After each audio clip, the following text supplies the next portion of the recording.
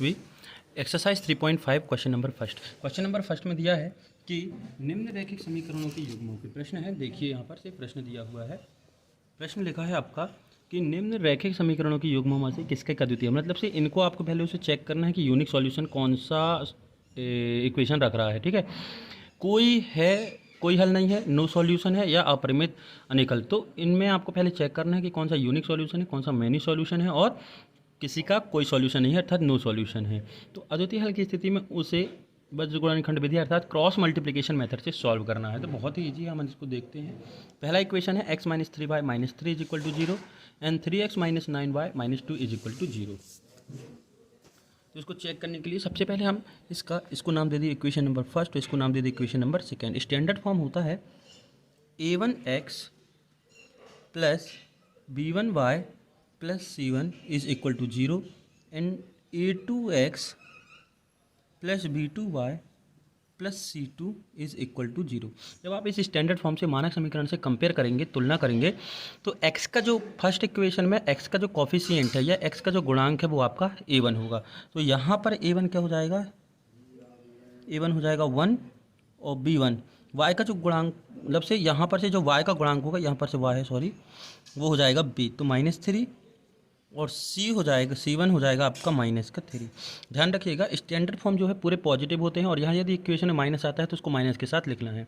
इसी प्रकार a2 कितना हो जाएगा, ये दिख रहा है आपको, a2 हो जाएगा आपका 3, b2 हो जाएगा -9 और c2 हो जाएगा -2। ये तीनों चीज़ें हो गई। अब हमको चेक करना है कंडीशन। तो हम सबसे पहले कंडीशन चेक करते हैं a1/a2। तो a1/a2 मतलब a1 और a2 की वैल्यू रखते हैं तो ये हो गया 1/3। दूसरा है b1/b2, तो b1 हो जाएगा -3, b2 हो जाएगा -9। जब ये कैंसिल करेंगे तो ये हो जाएगा 1/3, माइनस माइनस प्लस और 3 से ये 9 निकल जाएगा, 3 जा 3 बार में। अब आता है c1/c2। तो c1 मतलब है -3 और ये है -2, तो माइनस माइनस कैंसिल हो गया तो प्लस हो गया, तो केवल क्या बचा 3/2।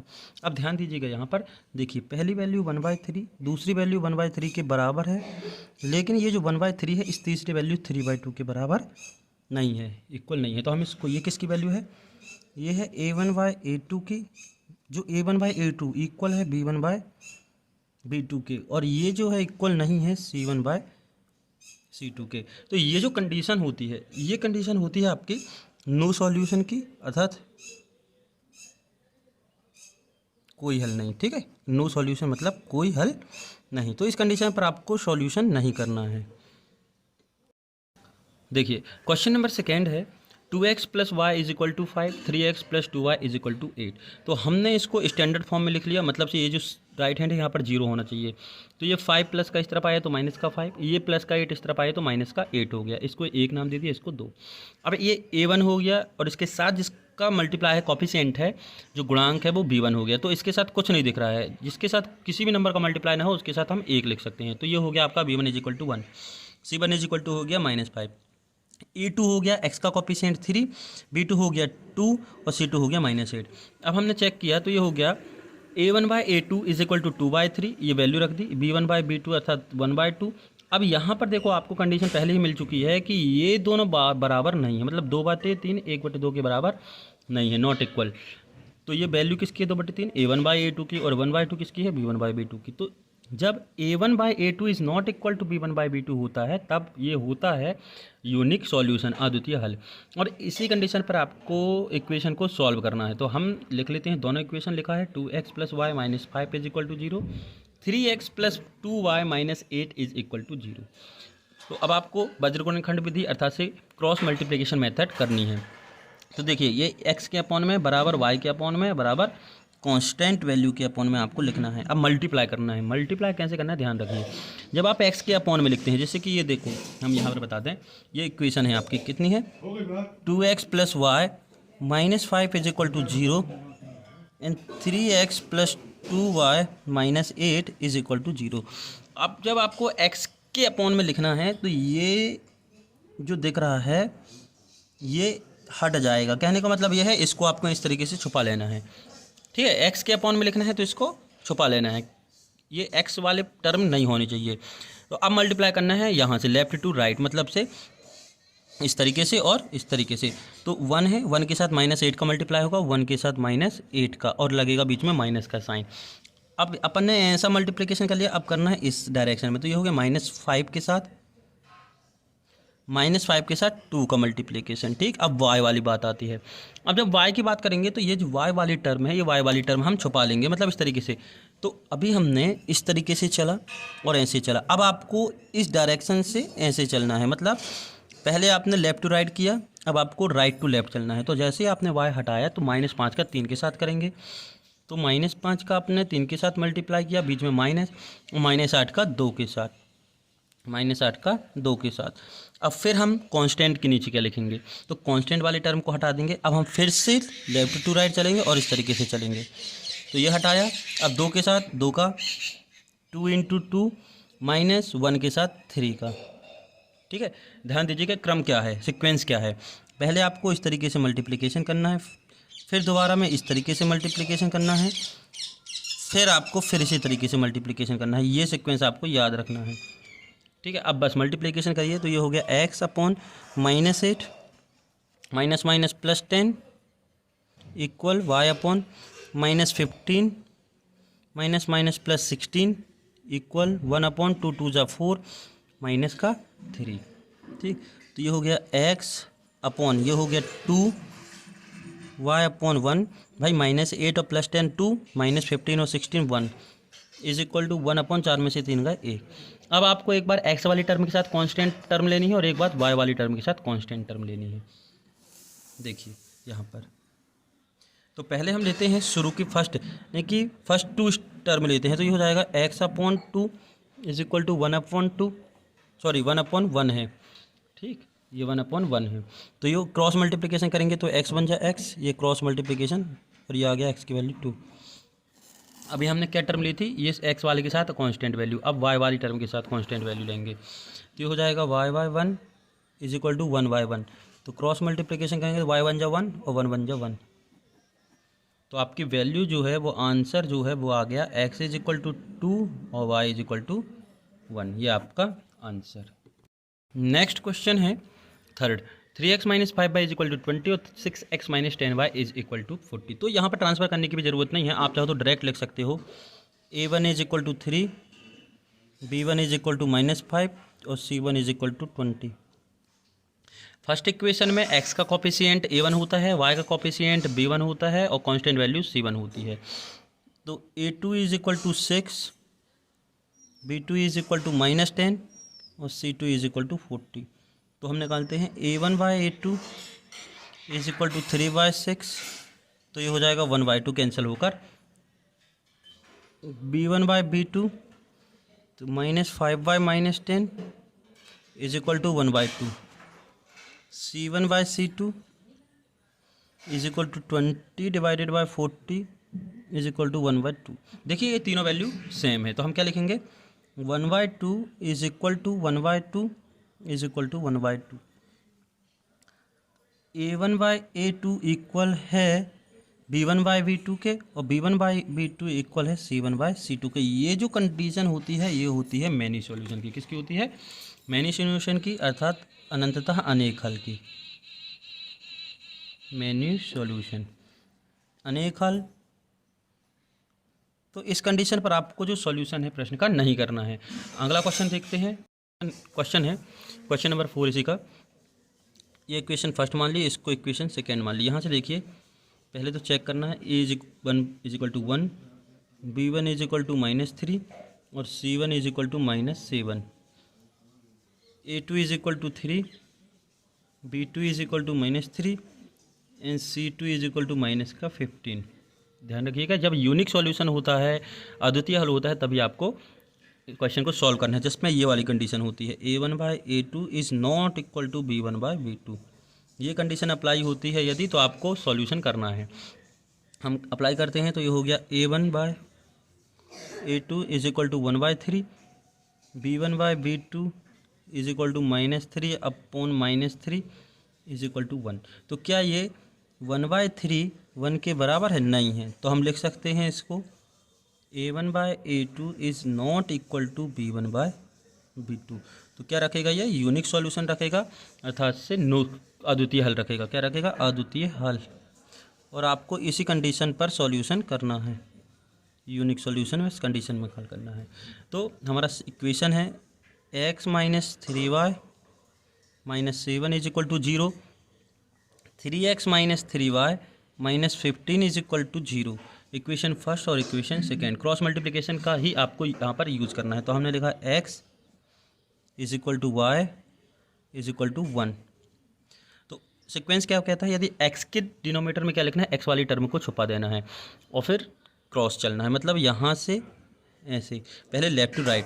तो -3 के साथ -15 का मल्टीप्लिकेशन करेंगे तो ये हो जाएगा -3 इंटू -15 माइनस, अब ये -7 के साथ हो गया -3 का, ठीक है। अब जब हम y के नीचे लिखना चाहेंगे तो y की टर्म को हटा देंगे। अब इस तरीके से चले थे, अब हमें इस डायरेक्शन में चलना है सेकेंड में। तो -7 के साथ 3 का करेंगे तो -7 के साथ 3 का, और ये -3 का 1 के साथ। भाई इसका कॉफिशिएंट कुछ नहीं है, मतलब 1 लिखा है, चाहे तो आप लिख सकते हैं। अब 1 का करना है, तो अब फिर आपको इसी डायरेक्शन में चलना है जैसे अपन ने शुरू में चला था। तो 1 के साथ -3 का -3 का 3 के साथ, तो ये हो जाएगा x अपॉन 15 × 45। देखो 15 3 जा 45, माइनस माइनस प्लस हो गया, और ये माइनस माइनस प्लस 7 × 21 बराबर y, ये माइनस का 7 है, ध्यान रखिएगा, ये माइनस का 7, तो 7 × 21 माइनस का, और ये प्लस माइनस माइनस प्लस, ये माइनस प्लस, और 3 × 1 = 3 इक्वल 1, ये हो गया -3 माइनस प्लस 9, ये माइनस माइनस प्लस, और 3 × 3 = 9। इसको सॉल्व करेंगे तो ये हो जाएगा x upon 45 × 21 66 is equal to y upon 21 में से 3 जाएगा, 21 में से 3 जाएगा तो ये हो गया 18। कितना हो गया, 18, माइनस का 18 आ जाएगा क्योंकि बड़ी संख्या पर माइनस है, इक्वल 1/6, माइनस का 3 प्लस का 9 इज इक्वल टू 6। तब क्या करेंगे, एक बार इन दोनों को ले लेंगे और एक बार इन दोनों को, सॉरी x के साथ कांस्टेंट वैल्यू और y के साथ कांस्टेंट वैल्यू लेते हैं, एक बार दोनों बार अलग अलग लेते हैं। तो हम एक बार लेते हैं x अपॉन 66 इक्वल टू 1/6, तो ये हो गया x अपॉन 66/6, क्रॉस मल्टीप्लिकेशन हो गया 66 का 1 के साथ, तो 6 × 11 = 66, तो x बराबर आ गया 11। फिर नेक्स्ट है y के साथ लेते हैं, y is equal to -18 is equal to 1/6, तो y is equal to cross multiplication होगा तो ये हो जाएगा -18/6, तो y इज इक्वल टू 6 × 18, तो माइनस का 3, तो आपकी वैल्यू आ गई x इज इक्वल टू 11 और y इज इक्वल टू -3। वह है गलती हो गई। देखिए ये जो y की वैल्यू थी, तो अपन ने क्या किया था, 7 के साथ 3 का और 15 के साथ -15 के साथ, ये देखिए ये इस तरीके से गए, तो 7 के साथ -7 का 3 के साथ किया तो माइनस का 21 आया, और ये -15 के साथ करना था, 1 का है ना, -15 के साथ था ना कि 3 के साथ, तो ये हो जाता प्लस का 15, तो ये बचता केवल आपका कितना बचता, ये माइनस का 6 बचता। देखो माइनस का 21 और प्लस का 15, तो माइनस का 6। तो यहाँ भी गलती है, देखिए ये माइनस और ये माइनस है, ध्यान नहीं दिया, हल्का सा लगा था, माइनस माइनस प्लस हो गया तो यहाँ माइनस ही रहेगा भाई, माइनस माइनस प्लस, 15 × 45 7 × 21, तो 45 में से 21 जाएगा, तो 5 में से 4, 5 में से 1 गए तो 4, और 4 में से 2 गए तो 24। तो यहाँ पर थोड़ी सी मिस्टेक हो गई, ये जो है ये आएगा आपका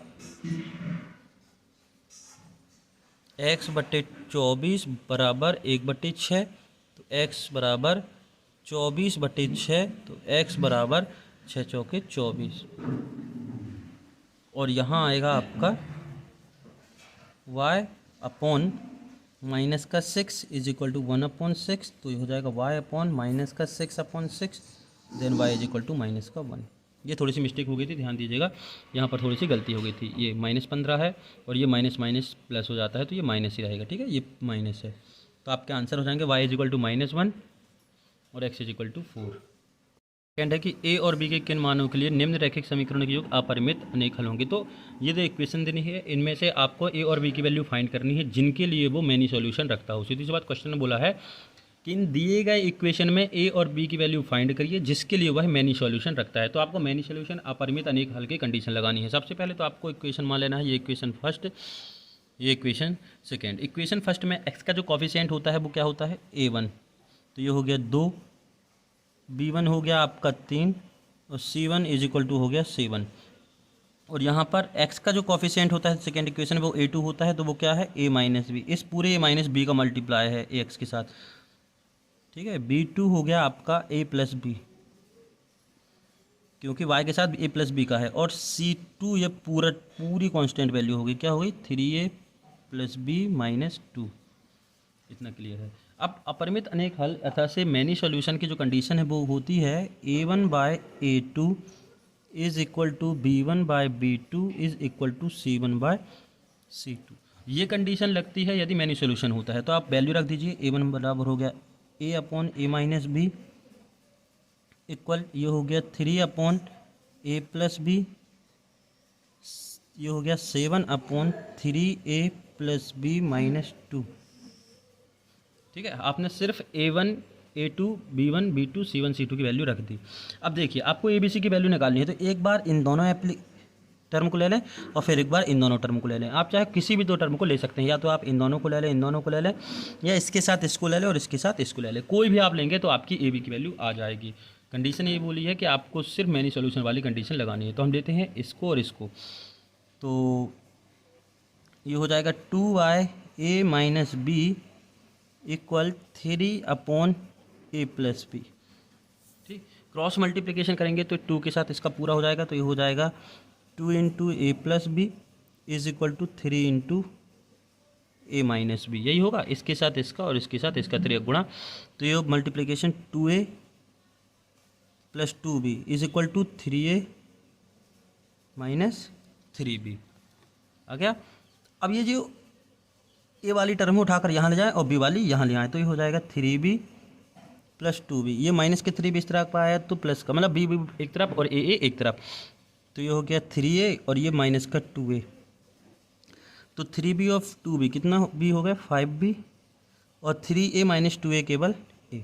आपको a और b की वैल्यू चाहिए है, तो ये हो जाएगा 5 और ये इसके डिनोमिनेटर में चला जाएगा, तो a upon 5, a upon 5 sorry a upon b, ये यहाँ डिनोमिनेटर में a अपॉन b और इसके डिनोमिनेटर में कुछ नहीं मतलब 1।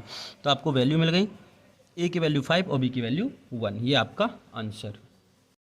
नेक्स्ट क्वेश्चन है, लिखा है के किस मान के लिए निम्न रैखिक समीकरणों के युग्म का कोई हल नहीं है। तो यहाँ पर आपको बताना है के की वैल्यू फाइंड करनी है। इसको नाम दे दिए इक्वेशन फर्स्ट, इसको नाम दे दिए इक्वेशन सेकेंड। के की वैल्यू फाइंड करनी है, ठीक है। किसके लिए, कोई हल नहीं, अर्थात से नो सॉल्यूशन के लिए। तो नो सॉल्यूशन की कंडीशन होती है a1 by a2 is equal to b1 by b2 is not equal to c1 by c2, ये होती है। तो सबसे पहले तो अपन a1 b1 c1 निकाले। तो फर्स्ट समीकरण में यानी कि पहले इक्वेशन में x का कॉफिशिएंट, x का गुणांक जो है वो a1 और ये y का कॉफिशिएंट b1 और ये अचर राशि या कांस्टेंट वैल्यू हो जाएगी c1। तो हम लिख रहे हैं यहाँ कि a1 is equal to 3, b1 is equal to 1 और c1 इज इक्वल टू 1। इसके साथ किसी का मल्टीप्लाई नहीं है, मतलब 1 है। सेकेंड में तो x के साथ इस पूरे का मल्टीप्लाई है, y के साथ इस पूरे का, और ये पूरी कांस्टेंट वैल्यू है। तो ये हो गई आपकी a2 2k minus 1, b2 k minus 1 और c2 2k plus 1, 2k plus 1। तो कंडीशन में हम रखते हैं, तो ये हो जाएगा 3 by 2k minus 1 is equal to 1 by k minus 1 is not equal to 1 upon 2k plus 1। हम शुरू की दोनों टर्म लेते हैं क्योंकि हमें k की वैल्यू पूछी है। तो ये हो जाएगा 3k माइनस 1, इस क्रॉस मल्टीप्लिकेशन हो गया बराबर 2k माइनस 1। भाई एक के साथ किसी भी नंबर का मल्टीप्लाई होगा तो वही नंबर आ जाएगा। तो ये हो गया आपका 3k minus 3 is equal to 2k minus 1। इस 2k को इस तरफ ले जाएंगे तो ये हो जाएगा 3k माइनस 2k, प्लस का 2k था तो माइनस का 2k हो गया, और ये माइनस का 3 इस तरफ जाएगा तो प्लस का 3 माइनस 1, ये माइनस 1 है। तो 3 में से 2 जाएगा तो k और 3 में से 1 जाएगा तो 2, तो ये आ गई आपकी k की वैल्यू। यही आपको निकालना था कि k की किस मान के लिए वो मैनी सॉल्यूशन रखेगा, तो k = 2 के लिए वो मैनी सॉल्यूशन रखेंगे। क्वेश्चन नंबर 3 है कि निम्न रैखिक समीकरणों के युग्म को प्रतिस्थापन एवं वज्र गुणनखंड यानी कि सब्स्टिट्यूशन और क्रॉस मल्टीप्लिकेशन विधि से सॉल्व करना है। और इन दोनों विधि से सॉल्व करने के बाद आपको बताना है कि कौन सी विधि आपको ज़्यादा सरल और ज़्यादा इजी लगती है। तो इन दोनों इक्वेशन को हम नाम देते हैं इक्वेशन नंबर 1 और इक्वेशन नंबर 2। इन दोनों पे से सबसे पहले हम करते हैं इसको प्रतिस्थापन विधि से, सब्स्टिट्यूशन मेथड से, ठीक है। प्रतिस्थापन या बोलते हैं सब्स्टिट्यूशन।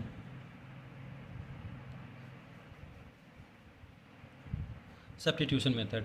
तो इन दोनों इक्वेशन में ध्यान दीजिएगा, ये इक्वेशन 1 है, इक्वेशन 2 है। इक्वेशन 2 से हम निकाल लेते हैं y की वैल्यू, ठीक है। y की वैल्यू x की टर्म में, तो बाय इक्वेशन 2 यानी कि हम हिंदी में लिखे तो लिखेंगे समीकरण 2 से, ये हो जाएगा 2y = 4 - 3x। y की वैल्यू निकाल रहे हैं, x की भी निकाल सकते हैं, तो 2y यहीं रहेगा और ये प्लस का 3x इस तरह जाएगा तो माइनस का 3x, तो y = हो जाएगा 4 - 3x / 2। इसको नाम दे दिया इक्वेशन नंबर 3। अब हमने समीकरण नंबर 2 से एक y की वैल्यू निकाली है, तो हम इसको कहाँ पुट करेंगे, समीकरण नंबर 1 में। तो हम लिख सकते हैं put the value of y in equation 1।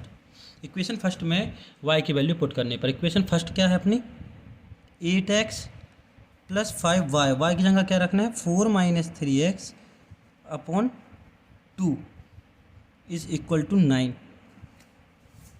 अब देखिए ये 8x एलसीएम ले लें हम, तो ये हो जाएगा एलसीएम 2, ये हो गया 16x प्लस 5 चौके 20 और प्लस माइनस 5 × 15x = 9। इसका क्रॉस मल्टीप्लिकेशन करेंगे तो ये हो जाएगा 16x में से 15x गया तो केवल बचा 5x + 20 = 9 दूनी 18। अच्छे से ध्यान दीजिए कहीं गलती ना हो। देखिए इसको हमने एलसीएम लिया, इसके डिनोमिनेटर में कुछ नहीं था तो हमने 1 मान लिया। फिर इसके बाद यहाँ आ गया 16x और यहाँ हो गया, इनका गुणा कर दिया तो 5 चौके 20 माइनस 5 × 15। अब ये x की वैल्यू चाहिए तो 5x और ये 20 इस तरफ जाएगा तो ये हो जाएगा 18 - 20। 18 में से 20 जाएगा तो बचेगा माइनस का 2, तो x = -2/5। सॉरी, ये 16 में से 15 जाएगा तो ओनली x बचेगा, ना कि 5x, ठीक। तो x की वैल्यू केवल आ जाएगी आपकी -2। कितना आ गई, -2। अब हम इस x की वैल्यू को समीकरण नंबर 3 में पुट कर देंगे, ठीक। ध्यान दीजिएगा यहाँ पर गलती हो गई थी थोड़ी सी, तो put the value of x in equation 3। इस 3 में करेंगे तो ये हो जाएगा y = 4 - 3 और x की वैल्यू कितनी है, -2 / 2, तो y = 4 माइनस माइनस प्लस 3 दूनी 6/2, तो y = 6 × 4 = 10/2, तो y = 5। तो y की वैल्यू आ गई आपकी 5 और x की वैल्यू हमने निकाली थी -2।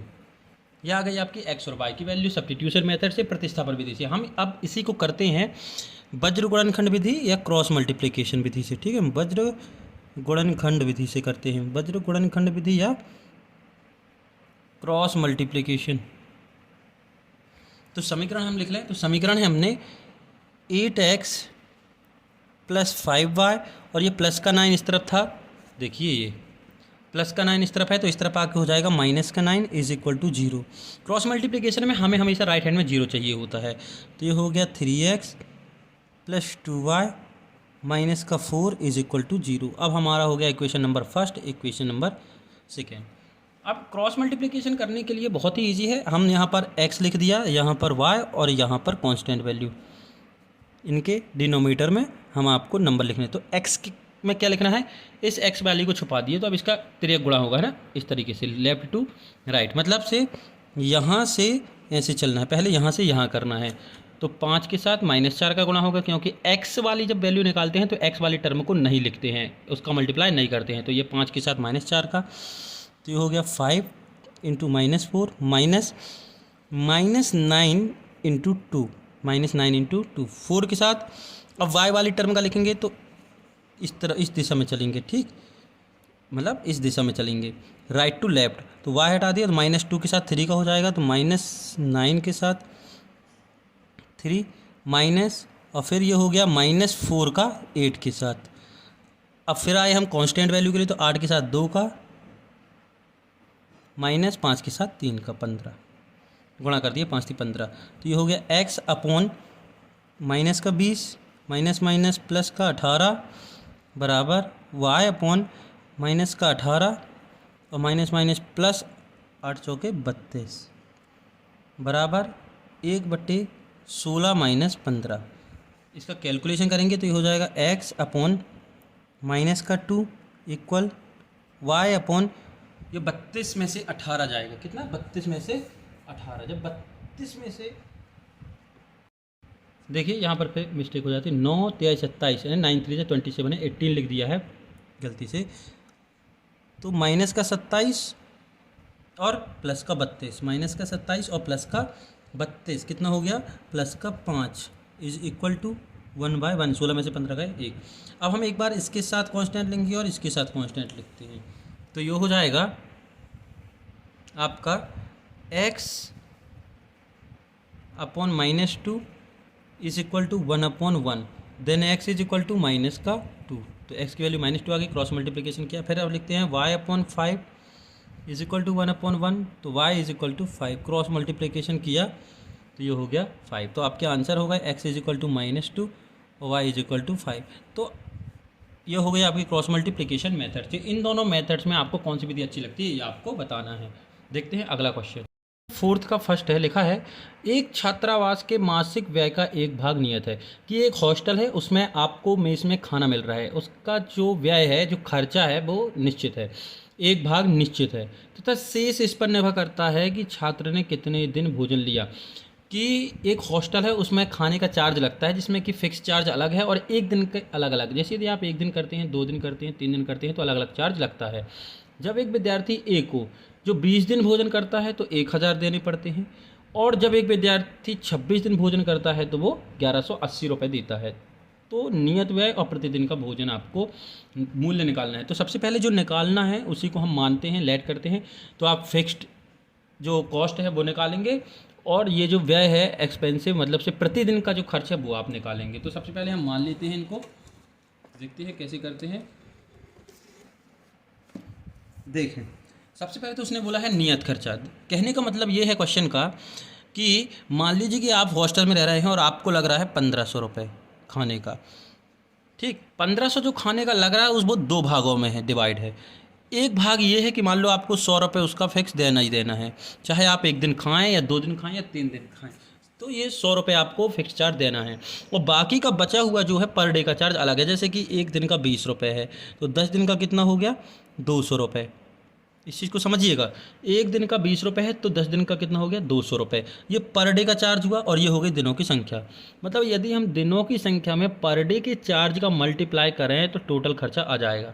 ये तो आपको लगेगा ही लगेगा, लेकिन ये भी लगेगा कि ये जो फिक्स चार्ज है वो हॉस्टल में लग ही रहा है कि यदि आप उस मेस में जाते हैं और खाने के लिए यदि आप वहाँ पर फिक्स करते हैं तो ये फिक्स चार्ज 100 रुपये आपको देना है और पर डे का जो लग रहा है वो तो आपका लगेगा ही लगेगा। ठीक है, तो 2 भाग में है। तो सबसे पहले हम मान लें, माना नियत व्यय क्या है, नियत व्यय मतलब फिक्स्ड चार्ज, फिक्स्ड चार्ज है x रुपये, कितना मान लिया x रुपये, और प्रतिदिन का व्यय मतलब 1 दिन में कितना लग रहा है, प्रतिदिन का व्यय मतलब से पर डे का चार्ज, पर डे चार्ज लग रहा है मान लो y रुपये, कितना लग रहा है y रुपये। इतना क्लियर हुआ। अब बोल रहा है कि एक व्यक्ति एन है, तो according to first condition, according to first condition एक व्यक्ति जब 20 दिन भोजन करता है तो फिक्स चार्ज तो उसका जुड़ेगा ही जुड़ेगा और 20 दिन का लगेगा, और 20 दिन का जो लगेगा उसमें पर डे का मल्टीप्लाई होगा। तो पर डे का चार्ज अपन ने कितना माना है y रुपये, जैसे कि हमने माना था 1 दिन का 20 का है, 10 दिन का कितना हो गया 200, मतलब पर डे चार्ज में दिनों की संख्या का मल्टीप्लाई कर दिया। तो यहाँ पर भी है कि दिनों की संख्या में पर डे चार्ज का मल्टीप्लाई कर दिया, पर डे चार्ज कितना माना है y और फिक्स चार्ज x है वो उसमें ऐड होगा ही होगा। तो कितना लग रहा है 1000 रुपये देना पड़ता है। ये हो गया अपन का इक्वेशन नंबर फर्स्ट। उसके बाद आता है according to second condition. 2 condition है।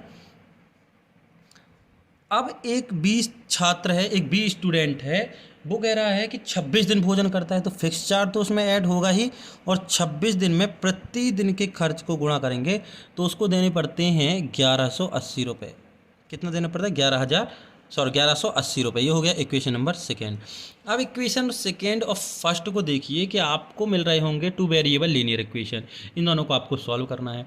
तो देखिए यहाँ पर हम लगाते हैं एलिमिनेशन मेथड, तो ये हो गया आपका कितना, ये 1 है, इसका कोफिशिएंट 1 है, तो इक्वेशन नंबर सेकेंड से इक्वेशन नंबर को सब्ट्रैक्ट कर दो, तो ये हो जाएगा x + 26y is equal to 1180, x + 20y is equal to 1000 minus minus minus, ये इसके पहले वाली एक्सरसाइज में अपन ने एलिमिनेशन मेथड पढ़ी है, वही लगा रहे हैं। तो x से x कैंसिल, 26 में से 20 गए तो बचा 6y, और 1180 में से 1000 गया तो बचा 180, तो ये हो गया y बराबर 180/6। तो y बराबर, ये 6 से काटोगे तो 6 × 18 और 0, 6 × 3 = 18 और ये एक 0, ये पूरा पूरा कट गया 30 बार। तो ये आ गया y = 30। कितना आ गया? y = 30। अब इस y की वैल्यू को आप इक्वेशन में रख दीजिए, चाहे 1 में रख दें चाहे 2 में रख दें। तो हम क्या रखते हैं, यहाँ पर हम रख के दे रहे हैं 1 में y की वैल्यू। तो put the value of y in equation first. Equation first है अपने पास x + 20y, तो y की जगह क्या रखना है? 30 इज इक्वल टू 1000, x + 600 बराबर 1000, तो x बराबर आ गया आपका 1000 - 600 बराबर 400। तो ये आ गया आपकी x की वैल्यू 400। तो आपने x को क्या माना था? Fix charge. देखिए यहाँ पर हमने x को नियत व्यय माना था, तो ये अपना आ गया 400 रुपये, मतलब आपको 400 रुपये देना ही देना है। और जो पर डे का चार्ज है वो कितना है? 30 रुपये है। कितना है? 30 रुपये है। यदि आपको कंडीशन चेक करनी है तो यहाँ पर लगा के देख लीजिए। देखिए x की जगह क्या रखें? 400 + 20 × 30, भाई पर डे का चार्ज जोड़ दिया तो ये हो गया 400 + 3 दूनी 6 और ये डबल 0, तो कितना हो गया खर्चा? 1000 रुपये। इतने दिया था, तो हम कह सकते हैं कि हमारे द्वारा जो लाए गए आंसर है वो बिल्कुल सही है। तो आपकी वैल्यू आ गई 400 रुपये और 30 रुपये। फिक्स चार्ज हो गया 400 और पर डे का चार्ज 30 रुपये। देखते हैं अगला क्वेश्चन है, एक भिन्न 1/3 हो जाती है, बिकम अ फ्रैक्शन 1/3 जब उसके अंश से 1 घटाया जाता है, when subtract of 1 in numerator. उसके अंश से यदि 1 घटाया जाता है तो वह जो भिन्न है, जो फ्रैक्शन है, वो 1/3 हो जाती है और वह 1/4 हो जाती है। एंड बिकम्स अ 1/4 जब हर में 1 जोड़ दिया जाता है, when add of 8 there's denominator, यदि उसके हर में 8 जोड़ दें तो वह 1/4 हो जाती है। तो वह भिन्न निकालनी है। तो सबसे पहले बात, फ्रैक्शन या भिन्न में 2 चीज़ें होती हैं, न्यूमरेटर और डिनोमिनेटर। तो हम मान लेते हैं, माना अंश मतलब न्यूमरेटर x है और हर मीन्स डिनोमिनेटर y है, तो फ्रैक्शन या भिन्न हो जाएगी x/y। ये फ्रैक्शन हो गई, ये आपको निकालना है। उसके बाद ध्यान देने वाली बात ये है कि अकॉर्डिंग टू फर्स्ट कंडीशन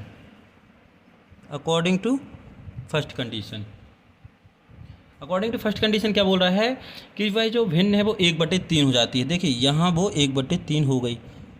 कब? जब उसके अंश से 1 घटाया जाए। अंश से मतलब x से 1 घटाया जाए, y में कोई चेंजेस नहीं, मतलब उसके न्यूमरेटर से 1 सब्ट्रैक्ट कर दिया तो वह जो है 1/3 हो जाएगी। इसको सॉल्व करते हैं तो ये हो जाएगी क्रॉस मल्टीप्लिकेशन में 3x - 3 is equal to y, इसे गुणा कर दिया क्रॉस मल्टीप्लिकेशन 3x - 3, तो ये हो गया 3x - y - 3 is equal to 0। Equation number first.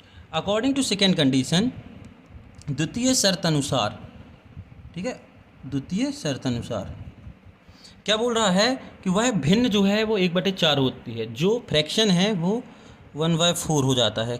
कब? अब कब हो जाती है? जब हर में 8 जोड़ दें, जब डिनोमिनेटर में 8 ऐड कर दें। 8 ऐड कर दें तो हम ऐड कर दें, न्यूमरेटर में कोई चेंजेस नहीं, डिनोमिनेटर में ऐड करना है 8। कितना? 8। क्रॉस मल्टीप्लिकेशन करेंगे तो ये हो जाएगा 4x और इसके साथ करेंगे तो ये हो जाएगा y प्लस 8, तो ये हो गया 4x minus y minus 8 is equal to 0। Equation number second. दो इक्वेशन मिल गई। अब देखिए यहाँ पर y का जो कॉफिशिएंट है 1 है और यहाँ भी y का कॉफिशिएंट 1 है, तो हम क्या करेंगे, इक्वेशन नंबर सेकेंड से इक्वेशन नंबर 1 को सब्ट्रैक्ट कर देंगे। हमें कॉफिशिएंट सेम करने रहते हैं एलिमिनेशन मेथड में। यहाँ पर y का कॉफिशिएंट कितना है, 1 है, और यहाँ भी y का कॉफिशिएंट कितना है, 1। दोनों में माइनस है, अतः हम सब्ट्रैक्शन का काम ही करेंगे। देखिए क्या आता है, पहले हम इसको व्यवस्थित कर लें। तो ये हो जाएगा आपका इक्वेशन नंबर सेकेंड से इक्वेशन नंबर फर्स्ट को सब्ट्रैक्ट कर रहे हैं, तो ये हो जाएगा आपका 4x minus y is equal to plus का 8, क्योंकि माइनस का 8 इस तरफ गया तो प्लस का 8। अब ये फर्स्ट वाली इक्वेशन है 3x minus y is equal to minus 3 है, तो ये हो गया प्लस का 3। कितना हो गया, प्लस का 3 माइनस प्लस, ये तो कैंसिल, तो 4x में से 3x गए तो x, और 8 में से 3 गए तो बचा 5, तो x इज इक्वल टू आ गया 5। अब इस x की वैल्यू को इक्वेशन नंबर फर्स्ट में पुट कर दें। कहाँ पुट कर दें, इक्वेशन नंबर फर्स्ट में। तो हम लिखते हैं put the value of x in equation first. Equation first है 3x माइनस वाई इक्वल 3। भाई ये माइनस 3 है तो इस तरफ गया तो प्लस 3 हो गया। अब x की वैल्यू पुट करनी है, तो 3 इंटू एक्स की वैल्यू है 5 minus y is equal to 3, तो 3 5 15 minus y is equal to 3, तो माइनस वाई 3 और ये प्लस का 15 इस तरफ जाएगा तो माइनस का 15 हो जाएगा, तो ये हो गया माइनस 15। 3 में से 15 गए तो बच्चा माइनस का 12, तो ये हो गया y is equal to 12। Minus minus plus, तो y की वैल्यू आ गई आपकी 12। y मतलब अपन ने डिनोमिनेटर माना था, मतलब से हर माना था। क्या माना था, हर, और अंश को x माना था। तो आपका जो नंबर है, जो फ्रैक्शन है, वो है x/1, x अपॉन वाई। तो नंबर हो जाएगा x upon y is equal to 5/12। तो आपकी जो भिन्न बनेगी, जो फ्रैक्शन बनेगा, वो हो जाएगा 5/12। ये आपका आंसर। अगला क्वेश्चन है, क्वेश्चन नंबर 3 लिखा है, यश ने एक टेस्ट में 40 अंक अर्जित किए, मतलब से यश को 40 अंक मिले जब उसे सही उत्तर पर 3 अंक मिले। यदि उसे सही करने पर 3 अंक मिलते हैं एवं गलत उत्तर पर 1 अंक कटता है तो उसे कितने अंक मिले, 40 अंक। इस चीज़ का ध्यान रखिएगा कि यदि सही उत्तर पर 3 अंक मिलते हैं और गलत पर 1 कटते हैं तो 40 अंक मिलते हैं। यदि उसे सही उत्तर पर 4 अंक मिले, सही में 4 अंक मिले और गलत पर 2 कटते हैं तो उसे 50 अंक मिलते हैं।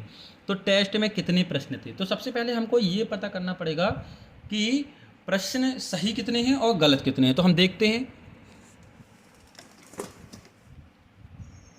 सबसे पहले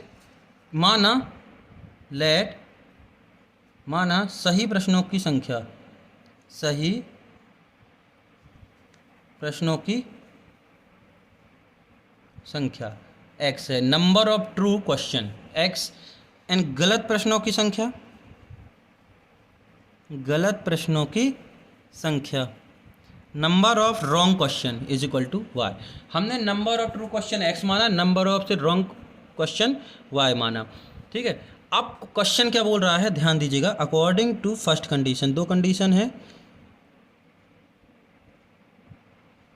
according to first condition question कह रहा है कि यदि उसे सही पर 3 अंक मिलते हैं, यदि वह सही करता है तो 3 अंक मिले, सही क्वेश्चन के साथ 3 का गुणा, क्योंकि 3 अंक मिल रहे हैं एक सही पर और एक गलत पर 1 अंक कट रहा है, तो ये हो गया माइनस वाई। तो उसे कितने अंक मिलते हैं, उसे 40 अंक मिलते हैं। इसको दे दिया number 1। According to second condition, according to second condition, द्वितीय शर्त अनुसार, द्वितीय शर्त अनुसार कह रहा है यदि उसे सही में 4 अंक मिले तो 4x, यदि उसे सही पर 4 अंक मिले और गलत पर 2 अंक कटें, गलत पर 2 अंक कटें तो उसको 50 अंक मिल रहे हैं। कितने, 50 अंक मिल रहे हैं। तो इक्वेशन नंबर सेकेंड हो गई। ठीक, कितने हो गए, गलत पर, ये ध्यान दीजिए, गलत पर 2 कट रहे हैं और सही पर 4 मिल रहे हैं तो उसे 50 अंक मिल रहे हैं। तो अब यहाँ पर ध्यान दीजिए, हम इसको करते हैं सब्स्टिट्यूशन मेथड से या प्रतिस्थापन विधि से। यहाँ से y की वैल्यू निकालने, किसकी, y की। तो एक समीकरण 1 से, समीकरण 1 से लिखा है 3x और ये माइनस का y इस तरफ जाएगा तो ये हो जाएगा प्लस का y, प्लस का y, और ये प्लस का 40 इस तरफ आएगा तो माइनस का 40। इसको नाम दे दिया इक्वेशन नंबर थर्ड। हमने सब्स्टिट्यूशन या प्रतिस्थापन विधि लगा दी कि इस माइनस वाई को हम इस तरफ ले गए तो ये हो गया प्लस वाई, और प्लस 40 को इस तरफ ले गए तो हो गया माइनस 40। तो y की वैल्यू x की टर्म में हमने लिख ली। अब इस समीकरण दो में y का मान रख देंगे। तो y का मान रखने पर y का मान रखते हैं। समीकरण नंबर 2 क्या है? ये है 4x माइनस 2। y की जगह क्या रखना है? 3x minus 40। भाई 2y है, y की जगह 3x माइनस 40 रखना है तो 3x माइनस 40 रख दिया, बराबर है 50। सॉल्व करते हैं। ये हो गया 4x, 3 दूनी 6x, और ये माइनस माइनस प्लस का 80 इज इक्वल टू 50। ठीक, अब देखिए 4x माइनस 6x तो कितना बचा? माइनस का 2x, ये 50, और ये प्लस का 80 इस तरफ जाएगा तो माइनस का 80 हो गया। तो माइनस का 2x is equal to minus का 30। 50 में से 80 गए तो माइनस का 30। तो x is equal to minus 30 upon minus का 2 से ये कैंसिल हो गया कितनी बार? 15 बार। तो x की वैल्यू आ गई 15। कितनी आ गई? 15। इस x की वैल्यू को इक्वेशन 3 में रख दे, जिससे कि डायरेक्ट ही y की वैल्यू आप 1 2 3 कहीं भी रख सकते हैं तो आपका मान आ जाएगा, लेकिन हम कहाँ रख रहे हैं? 3 में रख रहे हैं, जिससे कि ये इजीली आ जाए। तो put the value of x, समीकरण 3 में x का मान रखने पर। तो समीकरण नंबर 3 है 3x minus 40 is equal to y. तो 3x की जगह क्या रखना है? 15 minus 40 is equal to y. गलत तो हो गया 15 × 45, 15 3 × 45 minus 40 is equal to y. 45 में से 40 गए तो बचा 5 इज इक्वल टू वाई। तो y की वैल्यू 5 और x की वैल्यू 15। तो हमने y को क्या माना था? गलत प्रश्नों की संख्या। तो कुल प्रश्न कितने हो गए?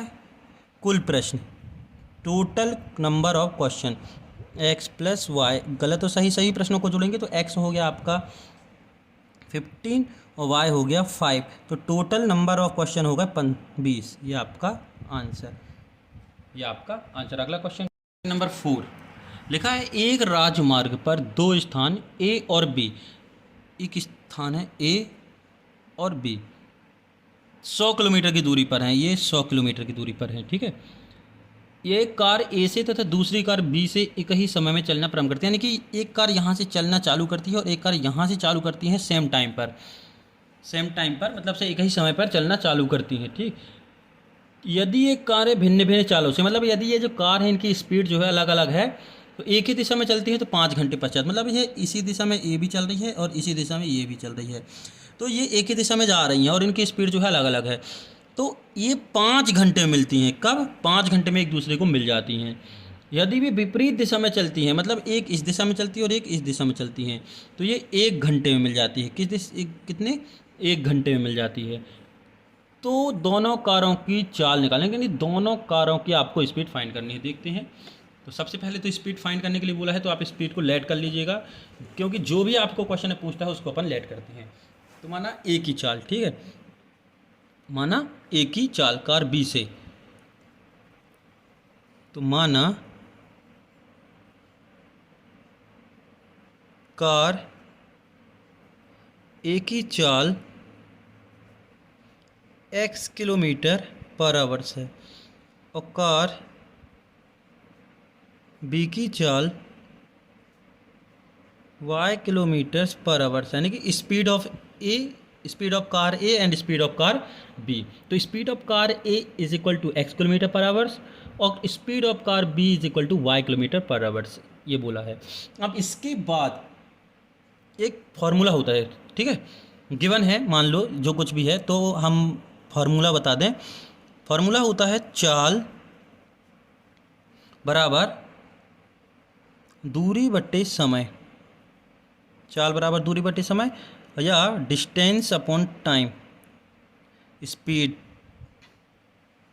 ठीक है। Speed is equal to distance upon time, या चाल बराबर दूरी बटे समय, ये फार्मूला होता है। अब अकॉर्डिंग टू फर्स्ट कंडीशन, अच्छे से ध्यान दीजिएगा, according to first condition, according to first condition क्या कह रहा है, देखिए प्रश्न है क्या पहले आप समझ लीजिए। एक ये रास्ता है, यहाँ से ए कार चलना प्रारंभ करती है, यहाँ से बी कार चलना प्रारंभ करती है, इन दोनों के बीच की जो डिस्टेंस है वो है 100 किलोमीटर। कितनी है? 100 किलोमीटर। जब ये ए इसी दिशा में चलती है और बी भी इसी दिशा में चलती है तो ये 5 घंटे में मिलती हैं, और जब ए इस दिशा में चलती है और बी इसके अपोजिट साइड में चलती है तो ये 1 घंटे में मिलती हैं। तो इनकी स्पीड आपको बतानी है। तो जब ये सेम डायरेक्शन में चलती हैं तो इनकी रिस्पेक्टिव स्पीड, जब ये सेम डायरेक्शन में चलती हैं तो जो इनकी रिस्पेक्टिव स्पीड होगी वो होगी x minus y kilometres per hours. और जब ये अपोजिट डायरेक्शन में चलती है तो इनकी रिस्पेक्टिव स्पीड हो जाएगी x plus y kilometres per hours. अब ध्यान दीजिए कि क्यों हमने ये लिखा है।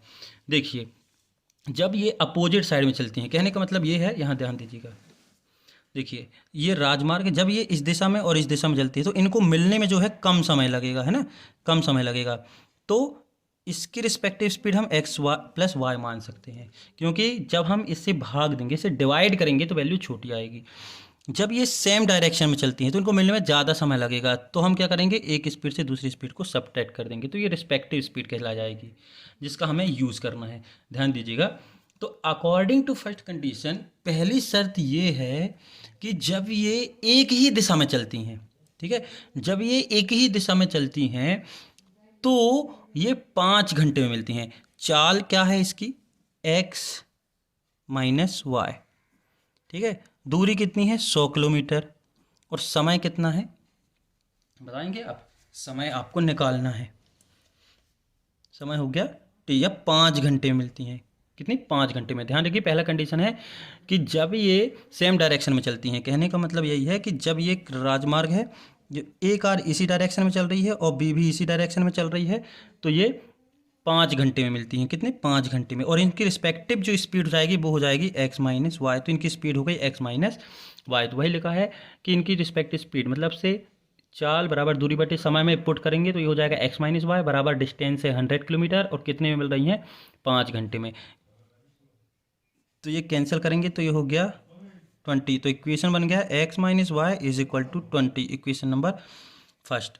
According to second condition,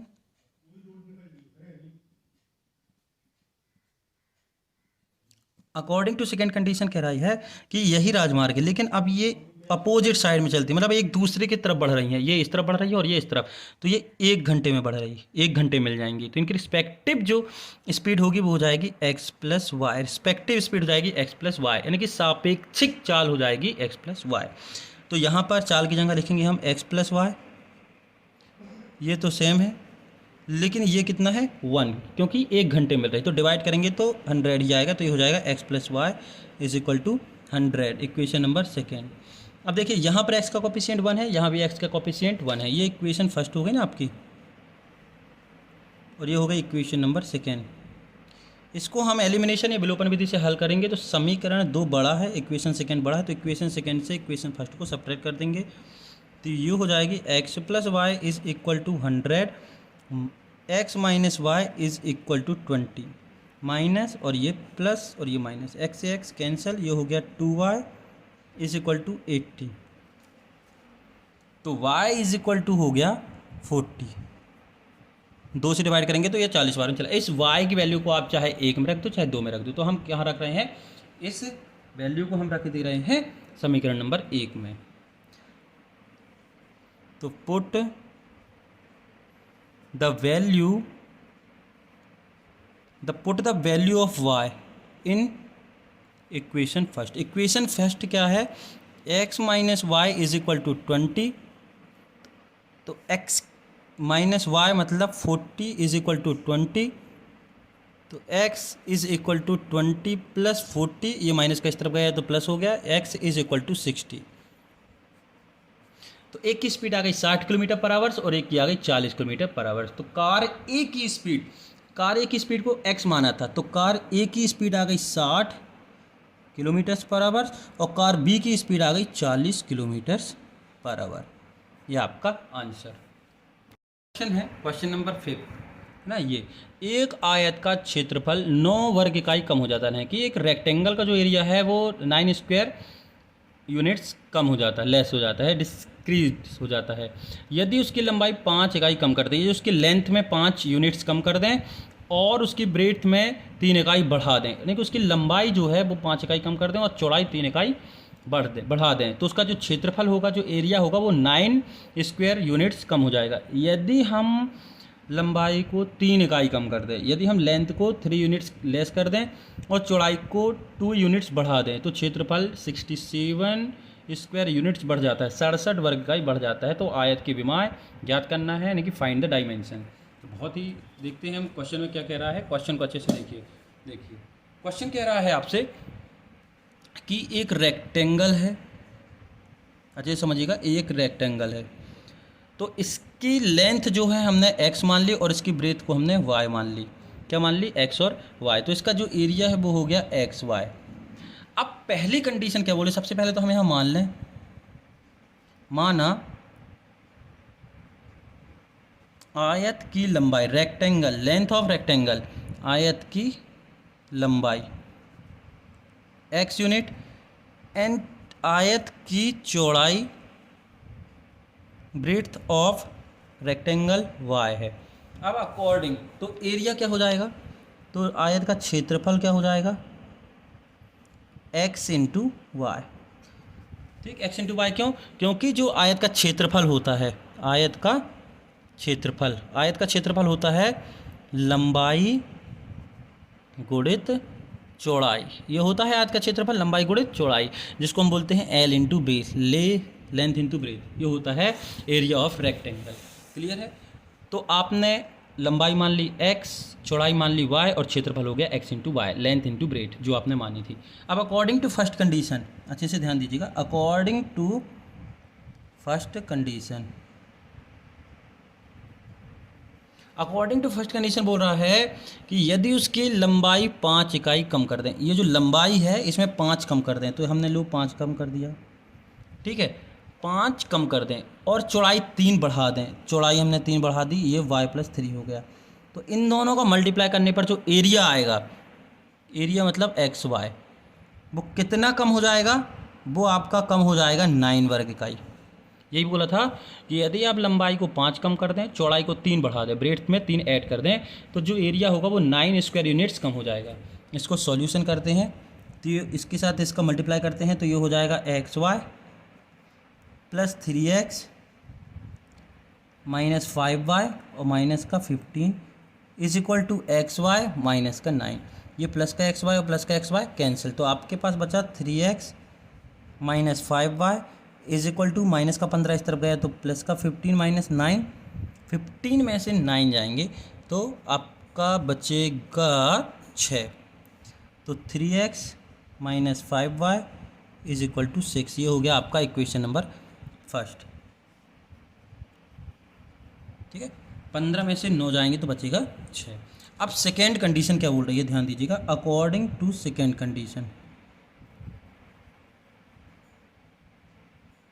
second condition कह रही है कि यदि लंबाई की 3 और चौड़ाई को 2 बढ़ा दें, लंबाई में 3 जोड़ दें, तो लंबाई में हम 3 जोड़ दे रहे हैं x+3, और चौड़ाई में ब्रेथ में आप 2 जोड़ दें, कितना जोड़ दें, 2 जोड़ दें, 2 ऐड कर दें, 2 इंक्रीज़ कर दें, तो ये हो जाएगा y+2। तो जो एरिया होगा वो भी बढ़ जाएगा, क्योंकि दोनों चीज़ बढ़ रही हैं, कितना बढ़ जाएगा, 67 स्क्वायर यूनिट्स। तो मल्टीप्लाई करते हैं तो ये हो गया xy plus 2x plus 3y plus 6 is equal to xy plus 67। xy से xy कैंसिल, तो ये हो गया 2x plus 3y is equal to 67 minus 6 is equal to 61। तो 2x plus 3y is equal to 61। ये हो गया आपका equation number second, equation number second 61। Equation first और इक्वेशन सेकेंड में आप इन तीनों मेथड में से, जैसे कि एलिमिनेशन, सब्स्टिट्यूशन, क्रॉस मल्टीप्लिकेशन, जो आपको इजी लगे आप लगा सकते हैं। तो हम लगाते हैं। हमारी इक्वेशन है, हम लिख लें एक बार और, 3x minus 5y is equal to 6, equation number first. और सेकेंड इक्वेशन है 2x plus 3y, 2x plus 3y is equal to 61, equation number second. ये हो गया इक्वेशन फर्स्ट और सेकेंड। तो इनमें से हम करते हैं सब्स्टिट्यूशन या प्रतिस्थापन विधि से। तो समीकरण 1 से हम सब्स्टिट्यूशन मेथड लगा रहे हैं, आप कोई सी मेथड लगा सकते हैं। समीकरण नंबर 1 से x की वैल्यू निकालना है, तो ये हो जाएगी 3x is equal to 5y plus 6। ये माइनस का 5y इस तरफ गए तो प्लस हो गया। x की वैल्यू चाहिए है, तो x is equal to 5y plus 6 upon 3, इसको नाम दे दिया इक्वेशन नंबर 3।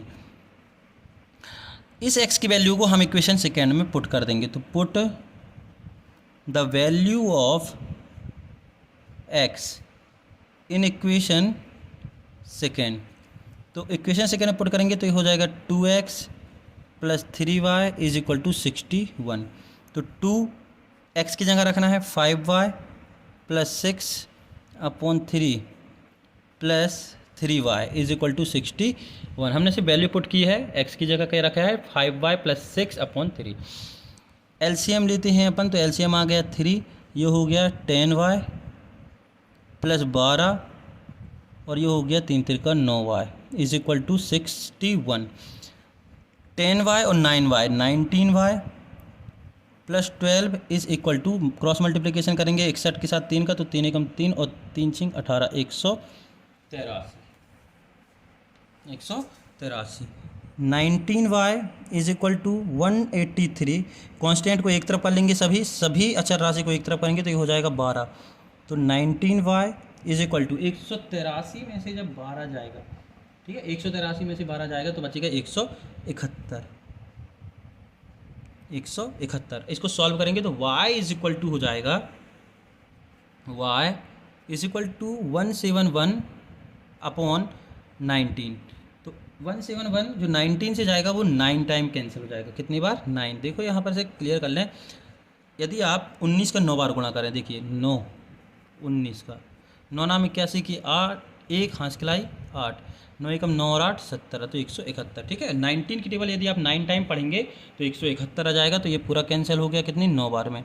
तो y इज इक्वल टू 9 आ गया। इस y की वैल्यू को आप इक्वेशन थर्ड में रख दीजिए। तो put the value of y in equation third. तो x is equal to 5y की जगह क्या करना है 9 प्लस 6 अपॉन 3। तो x इज इक्वल टू 5 9 जा 45 प्लस 6 अपॉन 3। तो x is equal to 51 upon 3 और x इज इक्वल टू 3 1 जा 3 और 3 7 21, तो आ गया 17। ये 3 से क्या हो 17 बार में कैंसिल हो गया। तो x की वैल्यू 17 और y की वैल्यू आपकी आ गई 9। आपको निकालना क्या था? लंबाई और चौड़ाई। ठीक है, तो आपकी लंबाई आपने मानी थी 17, तो लेंथ आ गई 17 यूनिट यानी कि 17 इकाई, और चौड़ाई आ गई आपकी, ब्रेड्थ आ गई y की वैल्यू 9 इकाई। ये आपका आंसर। वीडियो को ज़रूर लाइक करें, शेयर करें और दोस्तों के साथ ज़रूर बांटें, और बेल आइकन को दबाना बिल्कुल भी ना भूलें, जिससे कि नया वीडियो यदि डलता है तो आपको उसकी नोटिफिकेशन सबसे पहले मिले।